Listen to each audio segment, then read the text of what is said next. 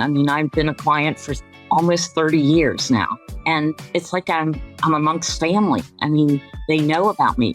And the people that they hire at Hair Club are caring people. I mean, they genuinely care about you. They want you to look your best. If ever I had a problem, I'm never worried about talking about it or asking someone. That's just invaluable.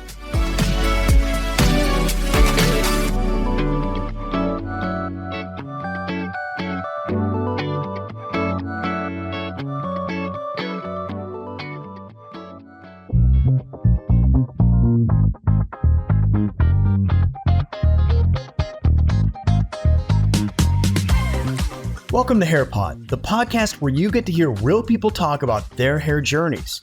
Hair loss happens to people at different times and for different reasons, so each story is as unique as the next. I'm your host, Kevin Rolston, and each week I get to interview people from different walks of life who've all been through hair loss in some form or fashion and have found a way to get their confidence and their hair back. Our guest today is Carol Combs. Her journey with hair loss began quite a while before she actually started to even lose her hair. When she was diagnosed with cancer in 1992, doctors gave her 3 weeks to 3 months to live. And now, 30 years later, she is still here to tell the tale. I actually had to go to the doctor because I had a lump that popped up on my neck. And I had over 1,000 people coming into town because I was putting on this huge thing for the company I worked for. And so I ran to the doctors at 8 a.m. in the morning, only to find out that I had to go immediately to the hospital because he said it was possibly cancer. Within that day that I found out I had 3 weeks to 3 months to live. And I mean, I went straight to the hospital. They admitted me and spent 2 years getting better. What a gut punch. I can only imagine, when you sit down and you get that diagnosis that you have cancer. Now, how serious was it? Was it something that you're going to be able to shake off, or was it the kind of cancer where you better get your life in order? Well, at that point, that's how they were talking to me. And I thought, wow, I mean, what can we do? What do we need to do? Let's do it. And it wasn't until like the 5th treatment that they thought, wow, you really have a chance to live. Wow. But, I don't know what it was, but I just took on an attitude like, I got way more life to live here. So, yeah, I'm not going out like this. And here you are 30 years later, and you are still going, Carol. Oh, yeah, absolutely. Now, tell me what it was like with your treatments for your cancer. Did you go through chemo? I did. I went through a year and a half of chemo. And then 54 consecutive treatments of radiation. Okay. And I've only heard the stories about chemotherapy, but it wrecks your body, right? Yeah. Well, I was very present in my work, and I took a lot of joy out of my work. And come to find out that, I wasn't going to be able to work, and who was going to step into that role really kind of threw me. What kind of work were you doing at the time? I was an information technology manager at the time. Okay. And I was overseeing like company-wide projects where we revamped the whole system from the computers all the way up to networking. I had about 300 people reporting to me. So it was pretty crazy. This sounds like the kind of job where you need a lot of energy for. You do. You absolutely do. And when you go through chemo, it's like I just insisted on going to work. And after about the 3rd treatment, I felt like somebody ran over me with a Mack truck. Despite the draining chemotherapy appointments, Carol insisted on going into work. But as her treatment progressed, it became harder and harder just to make it into the office. So she decided to take a step back and focus on her healing. I said, you know what? I need to take about 6 months off, concentrate on getting better. It's just full speed ahead. And I guess the best news was 5 treatments in when they said, wow, really working. And it looks like we're going to have a different conversation. Wow. How about that? I mean, obviously, priority-wise, the first thing is extending your life and getting the most out of it. But, after you get to that point and you're now looking down the road and you're looking at your life, what was the chemotherapy doing to your body? I assume you had hair loss issues like a lot of people do when they go through chemotherapy. Yes. Which, I know people talk about it, but I mean, it was so devastating to me because I'm just such an extrovert. I love to be around people. I love working with people, and I get a lot of personal joy out of that. And to think that now I have to like hide and Yeah. not be myself, that was more devastating than dealing with the disease itself. What did your hair loss do to your confidence? Well, like I said, I wanted to hide. I mean, anytime I had to speak, I'd groom somebody else to do the job. I just couldn't bring myself to be that person. I felt like less of a person, actually.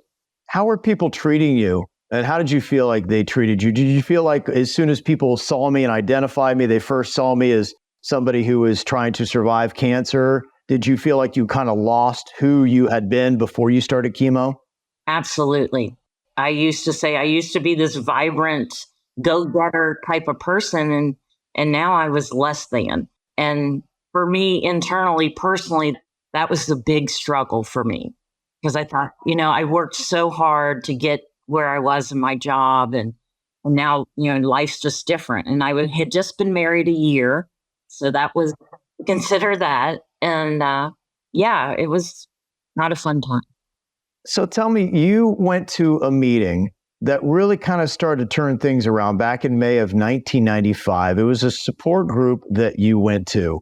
And this was something where you were getting with other people who were at a younger age who were battling cancer. Tell me about this meeting and the person that you met that night. Certainly. I found out that there was a group called I'm Too Young for Cancer. And it was a support group for people that were either living with terminal cancer or were in some kind of cancer treatment at the time. And I met a girl there who was going through brain cancer. And one day she came in with she had no hair. One day she comes in with a head of hair. And I was just blown away. And she said, my sister insisted on taking me to this place called Hair Club.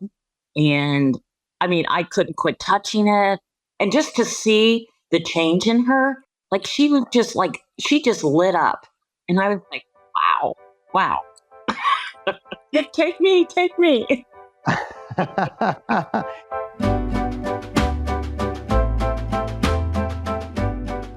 Carol didn't waste any time. When the young woman and her support group showed up with a full head of hair, Carol saw firsthand the change in her energy, and she knew she had to try it for herself. I'll never forget the day. It was May 25th, 1995, and I had a big retirement party that I had put on for somebody who had worked for the company for 40, and there were going to be over 300 people there. So, and I went with my new hair, and I was like my old self. Nobody looked at me differently. People were like, oh, did you get a perm? Your hair looks so great. And I mean, in that moment, I just was so much joy. I mean, I thought, wow. It's life-changing. That's amazing to feel like that, to feel like yourself again. Did you feel like this was kind of the moment where you felt the victory over cancer, you felt like the old Carol was back, and that you had nothing but life to live? Absolutely. I mean, I was done with treatments at that point and wasn't real sure, how was I going to navigate back into my social life and all that. Mm-hmm. And, meeting that girl and going to Hair Club and seeing that it's all now possible. That was huge, just huge for me. So we're talking about a good bit of time that has passed that you first went into the Hair Club to right now. So tell me about what that feeling is like today. Has it faded? Do you feel like you take your hair for granted, or how do you still look at yourself in the mirror? Absolutely not. I do not take any of it for granted. And I say this all the time. Whenever I go and I have a service, it's like the first time all over again. It's like I get done and I'm just like, oh, it's like an aha moment. So I never take it for granted. I mean, I'm beyond blessed that I'm able to do. And the other person I want to thank really is my husband. He's just always been on board, regardless of what it would take to make that happen. The change in me was just so huge. It's really powerful just to hear what having hair meant to Carol. I can't imagine just how difficult it was for her. She went through all of that chemo and radiation, and when she finally started to get better, she still didn't feel ready to go back out into the world. It's almost like having hair again opened up a door for Carol to step back into living her life. Carol has been a client with Hair Club for almost 30 years.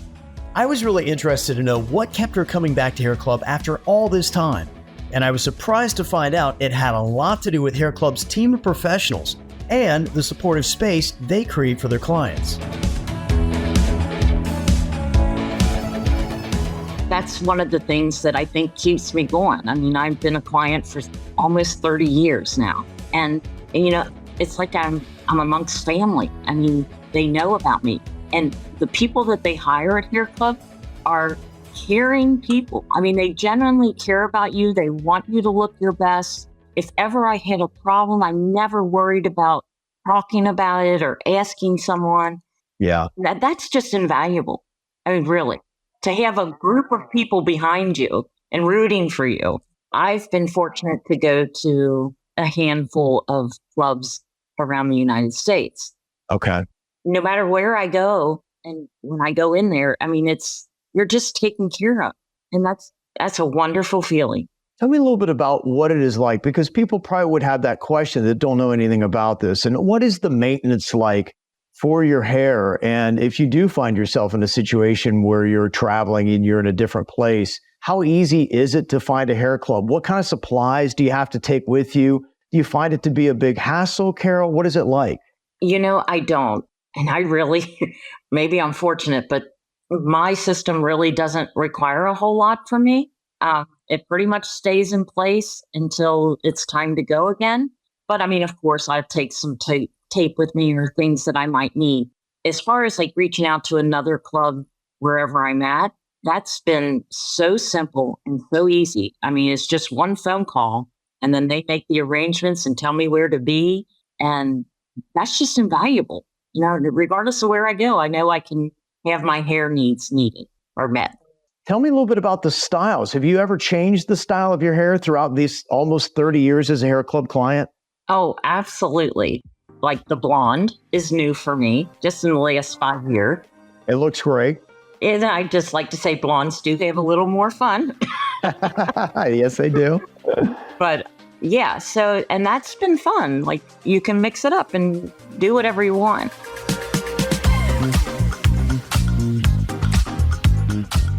I think what really blows me away about what Carol just said is that she gets to enjoy something as normal as changing her hairstyle and color, just like anybody else would. Now, while that may not seem like a huge deal to some, for Carol, I know it means the world. Spending this time with her talking about her story reminded me just how important it is to be grateful for the little things, like changing up your look or even just having a great hair day. So thank you, Carol, for coming on and sharing your story. Thank you for listening to another episode of HairPod. Check us out on Hair Club on Instagram or search us on Facebook to continue the conversation. And if you know someone who could benefit from hearing this episode, please consider sending it to them. If you're enjoying the show, consider leaving us a rating or a review on your favorite podcast app. If you haven't been over to our website yet, check it out by going to podcast.hairclub.com. Until next time.